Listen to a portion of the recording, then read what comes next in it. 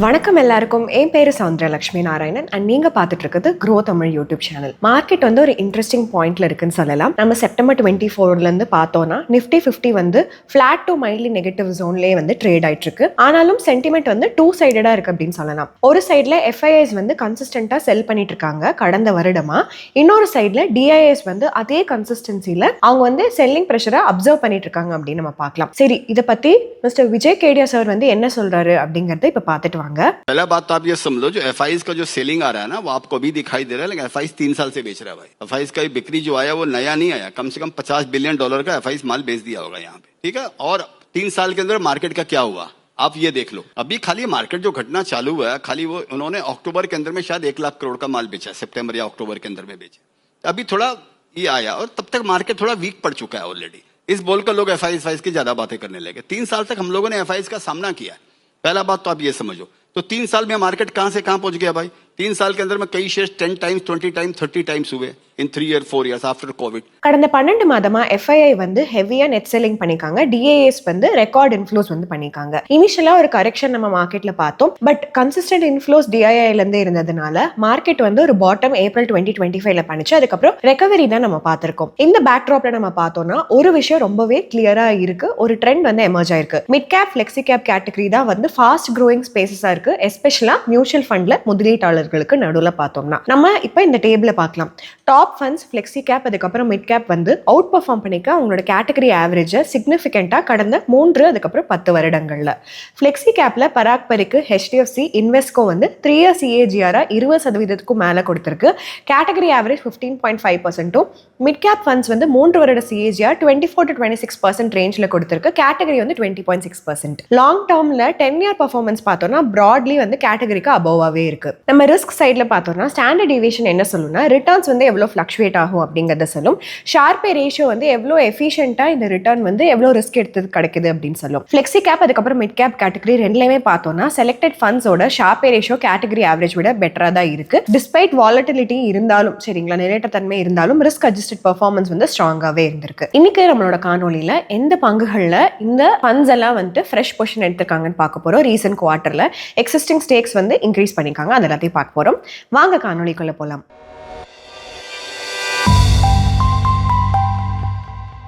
இன்னைக்கு நம்ம முதல்ல பார்க்க போற பங்கு HDFC ஃபிளெக்ஸி கேப் ஃபண்ட் வந்து 1.39% ஜூன் 2024 குவார்டர்ல அதிகம் பண்ணிருக்காங்க. 2.52% செப்டம்பர் 2025 குவார்டர்ல ஆல்மோஸ்ட் 1.8x அதிகம் பண்ணிருக்காங்க. அண்ட் எஸ், இந்த நிறுவனத்தின் பேர் வந்து ஐச்சர் மோட்டார்ஸ், சரிங்களா, ஐக்கர் மோட்டார்ஸ், ஐச்சர் மோட்டார்ஸ்னு சொல்லலாம். பாஸ்ட் 3 இயர்ஸ்ல கம்பெனியோட சேல்ஸ் வந்து ஆல்மோஸ்ட் 2x வளர்ந்திருக்கு. நெட் ப்ராஃபிட் 3x வளர்ந்திருக்கு. மெயின் காரணம் வந்து ப்ராஃபிட் growth வந்து மார்ஜின் எக்ஸ்பான்ஷனால நடந்திருக்கு. இது வந்து 21ல இருந்து 25% அதிகமாயிருக்கு. சந்தை மூலதன பொருளோட விலை வந்து கம்மியாயிருக்கு.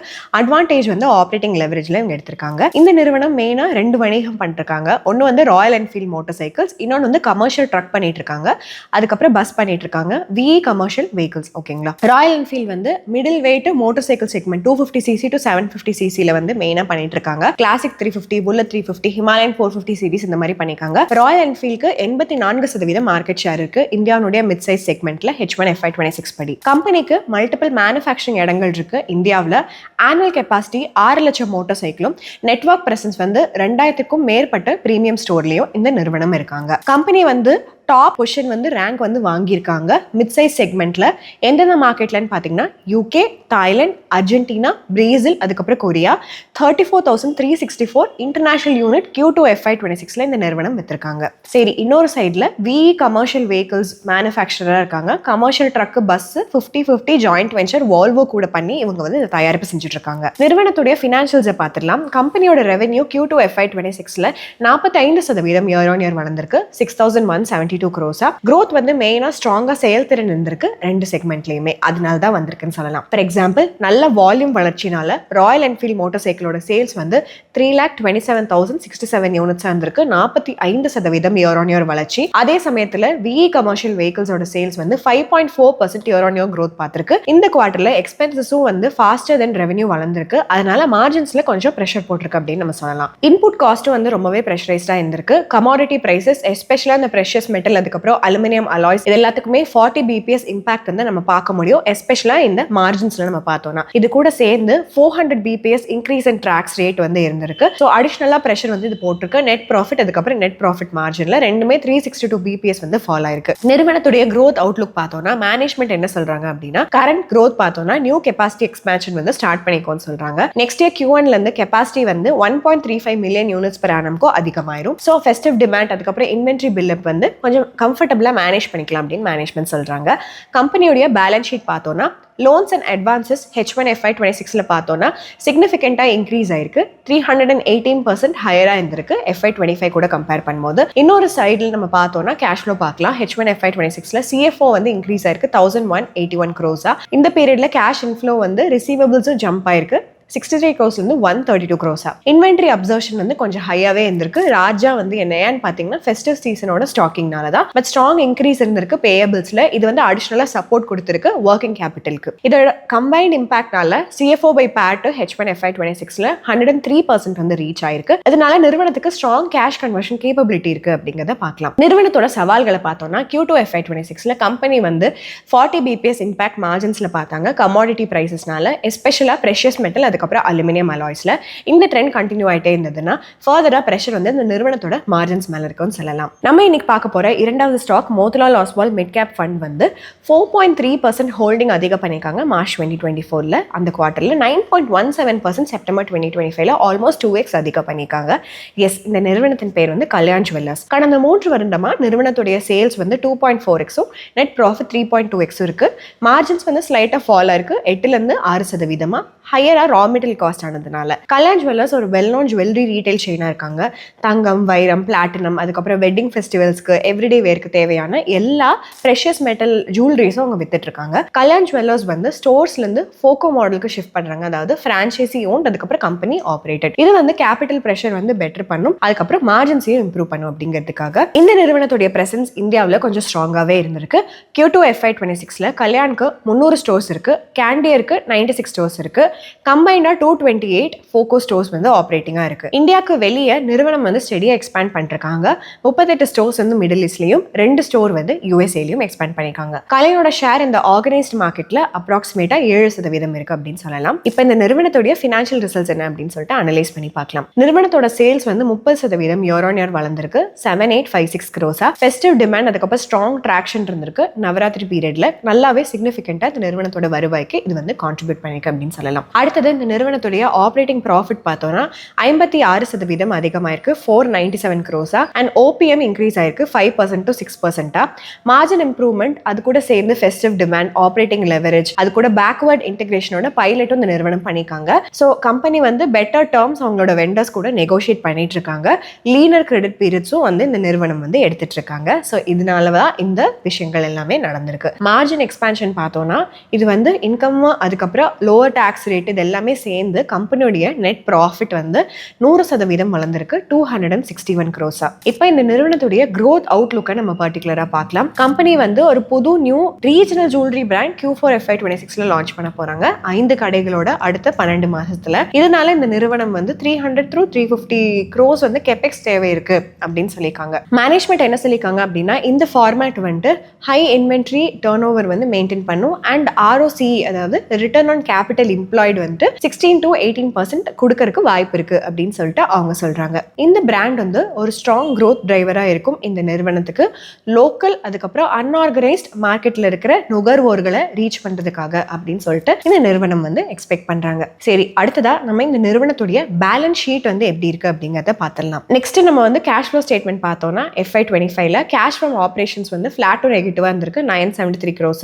ரிசீவபிள்ஸ் இன்வென்ட்ரி வந்து பிரஷர் வந்து கொடுத்திருக்கு.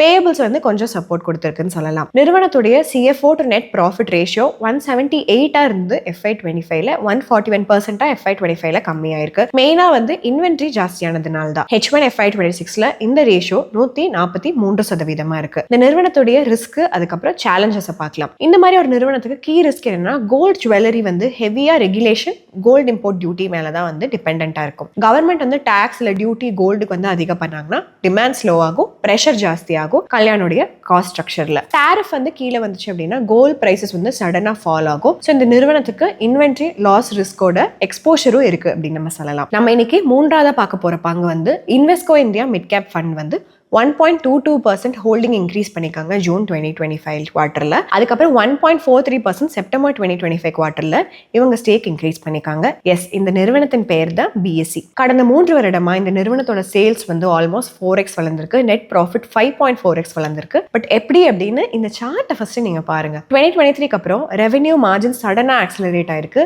ஏன்னா அதுக்கு முன்னாடி பிஎஸ்சியோட பிரசன்ஸ் டெரிவேட்டிவ் சைட்ல ஆல்மோஸ்ட் 0வா இருந்திருக்கு. இந்த கேம் வந்து மொத்தமா 2023ல மாறி இருக்கு. பிஎஸ்சி வந்து சென்செக்ஸ் டெரிவேட்டிவ்ஸை மறுபடியும் ரீலான்ச் பண்ணதுக்கு அப்புறம் அண்ட் அக்டோபர் 2023ல சென்செக்ஸோட கான்ட்ராக்ட்ஸ் வந்து 40% ரீச் ஆச்சு என்எஸ்சியோட டெரிவேட்டிவ் வால்யூம்ஸ்ல இருந்து. Q3 FY25ல இந்த ஸ்கேல் இன்னுமே இன்க்ரீஸ் ஆயிருக்கு.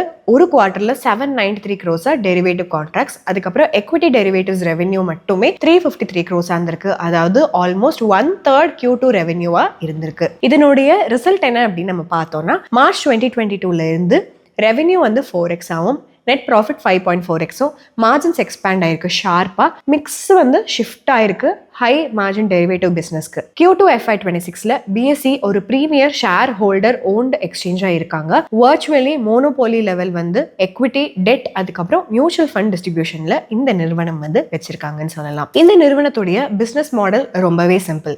74% டிரான்சாக்ஷன் பேஸ் ரெவென்யூ FNO அதுக்கப்புறம் எக்விட்டி வால்யூம்ல இருந்து வருது. 16% ரெக்கரிங் ரெவென்யூ ட்ரெஷரி இன்கம், இது வந்து கிளியரிங் அண்ட் செட்டில்மெண்ட் ஃபண்ட்ஸ்ல இருந்து வருது. அதாவது இந்த சேவைகள் வந்து கார்பரேட் கொடுத்துட்டு இருக்காங்க. ரிமைனிங் 10% இந்த நிறுவனத்துக்கு வேல்யூ ஆடட் சேவைகள் இருந்து வந்துட்டு இருக்குங்க. இப்ப நம்ம Q2 FY26க்கு வந்துட்டோம்னா இந்த இடத்துல நிறுவனம் ஸ்ட்ராங்கா பெர்ஃபார்ம் பண்ணிருக்கு. சேல்ஸ் வந்து 44% அதிகமாக இருக்கு. 740லேருந்து 1068 crores. இந்த பூஸ்ட் வந்து ரேபிட் க்ரோத் டெரிவேட்டிவ்ஸ்னால வந்திருக்கு. இண்டெக்ஸ் டெரிவேட்டிவ்ஸ் பிரீமியமோட டர்ன் ஓவர் 15,000 கோடியையும் கிராஸ் பண்ணிருக்கு. அண்ட் டிரான்சாக்ஷன் சார்ஜஸும் 57% இயர் ஆன் இயர் வந்து இன்க்ரீஸ் ஆயிருக்குன்னு சொல்லலாம். காஸ்ட் வந்து கொஞ்சம் டைட்டாவே இருந்திருக்கு. டோட்டல் எக்ஸ்பென்சஸ் வந்து வெறும் 7% தான் அதிகமாக இருக்கு. கிளியரிங் அண்ட் செட்டில்மெண்ட் காஸ்ட் வந்து 41% ஃபால் ஆயிருக்கு. 108லேருந்து 63 crores. ஸோ ஆப்ரேட்டிங் லெவரேஜ் வந்து ஸ்ட்ராங்காக இருந்திருக்கு. ஆப்ரேட்டிங் ப்ராஃபிட் வந்து 78% அதிகமாக இருக்கு. மார்ஜின் 1200 BPS அதிகமாக இருக்கு. நெட் ப்ராஃபிட் 61% ஜம்ப் ஆயிருக்கு. ஒரே கன்சர்ன்னா ரைசிங் ப்ராஃபிட் பதிலாகவும் CFO கன்வர்ஷன் வீக்காக இருந்திருக்கு. ஒர்க்கிங் கேபிட்டல் டிமாண்ட் ஹையா இருக்கு. லைபிலிட்டி அட்ஜஸ்ட் ஆயிட்டு இருக்கு. சில குவார்ட்டர்ஸ்ல CFO/NP ரேஷியோ வந்து நெகட்டிவா கூட போயிருக்கு. மெயினா எக்ஸசிவா ஒர்க்கிங் கேபிட்டல் ப்ரெஷர் இந்த நிறுவனத்துக்கு இருக்கிறதுனால. நம்ம க்ரோத் பெர்ஸ்பெக்டிவ்ல பார்த்தோம்னா மேனேஜ்மெண்ட் கிளியரா ஸ்டேட் பண்ணியிருக்காங்க. Q1 FY26 கால்ல ஆக்டிவிட்டி வந்து இப்போ நான் எக்ஸ்பைரி டேஸ்க்கு ஷிஃப்ட் ஆயிட்டு இருக்குன்னு லாட் சைஸும் இன்க்ரீஸ் பண்ணியிருக்காங்க. அதாவது ஹையர் பர் கான்ட்ராக்ட் ப்ரீமியமும் கம்மி கான்ட்ராக்டும் கிளியரிங் ஆர் செட்டில்மெண்ட் காஸ்ட் வந்து ஆட்டோமேட்டிக்காக லோவர் பண்ணுறதுக்காக இந்த இனிஷியேட்டிவ்ஸ்லாம் அவங்க எடுத்திருக்காங்க. இது வந்து ஒரு ஸ்ட்ரக்சரல் மார்ஜின் லெவலாக இருந்திருக்கு. இது வந்து இப்போ மார்ஜின்ஸ் எக்ஸ்பேண்ட் ஆகலாம் ஈவன் இந்த நோஷனல் க்ரோத்தோட கிரேசினஸ் இல்லாமல். பட் ரிஸ்க்கும் இருக்கு, regulatory impact. For example expiry change வந்து பிஸ்னஸ் ஆப்ரேஷன் இம்பாக்ட் பண்ணும். கரண்டாக 58% பிஎஸ்சியோட revenue and more of its profit வந்து டெரிவேட்டிவ்ல இருந்தா வருது. அதாவது எக்ஸ்சேஞ்ச் வந்து ஒரு லெவரேஜ்டு பெட்டா இருக்காங்க. இந்தியாவுடைய ஆப்ஷன்ஸ் லிக்விடிட்டி அதுக்கப்புறம் செபியினுடைய ரூல்ஸ் படி. ஆப்போசிட் சைட்ல நம்ம பார்த்தோம்னா கேஷ் எக்விட்டி கொஞ்சம் வீக்கனிங்காகவே இருக்கு. கேஷ் எக்விட்டிலேருந்து வர வால்யூம் ஃபால் ஆயிட்டு இருக்கு. எக்விட்டி ADTV H1 FY26ல 19% ஃபால் ஆயிருக்கு. 7,968 crores. மார்க்கெட் ஷேரும் ஸ்லிப் ஆயிருக்கு. 8.5% டிசம்பர் 2023ல இருந்து 6% டிசம்பர் 2024ல. ஸோ இதுதாங்க அந்த 3 பங்குகள். டாப் மியூச்சுவல் ஃபண்ட்ஸ் வந்து ரெஸ்பெக்டிவ் கேட்டகரிஸ்ல அவங்களோட ஸ்டேக்கை வந்து ரீசன்ட் குவார்ட்டர்ஸ்ல இன்க்ரீஸ் பண்ணியிருக்காங்க. கமெண்ட் செக்ஷன்ல நீங்க இந்த 3 பங்குகளில் எது வந்து லாங் டேர்ம் வளர்ச்சிக்கு ஸ்ட்ராங்கஸ்ட் கண்டெண்டராக இருக்கும் அப்படின்னு சொல்லிடுங்க. இந்த காணொலி முழுக்க உங்களோட எஜுகேஷன் பர்பஸ்க்காக இது பை ஆர் செல் ரெக்கமெண்டேஷன் கிடையவே கிடையாது. இன்னும் ஒரு அருமையான காணொலியில் நம்ம எல்லாரும் சந்திக்கலாம். அது வரைக்கும் நன்றி, வணக்கம்.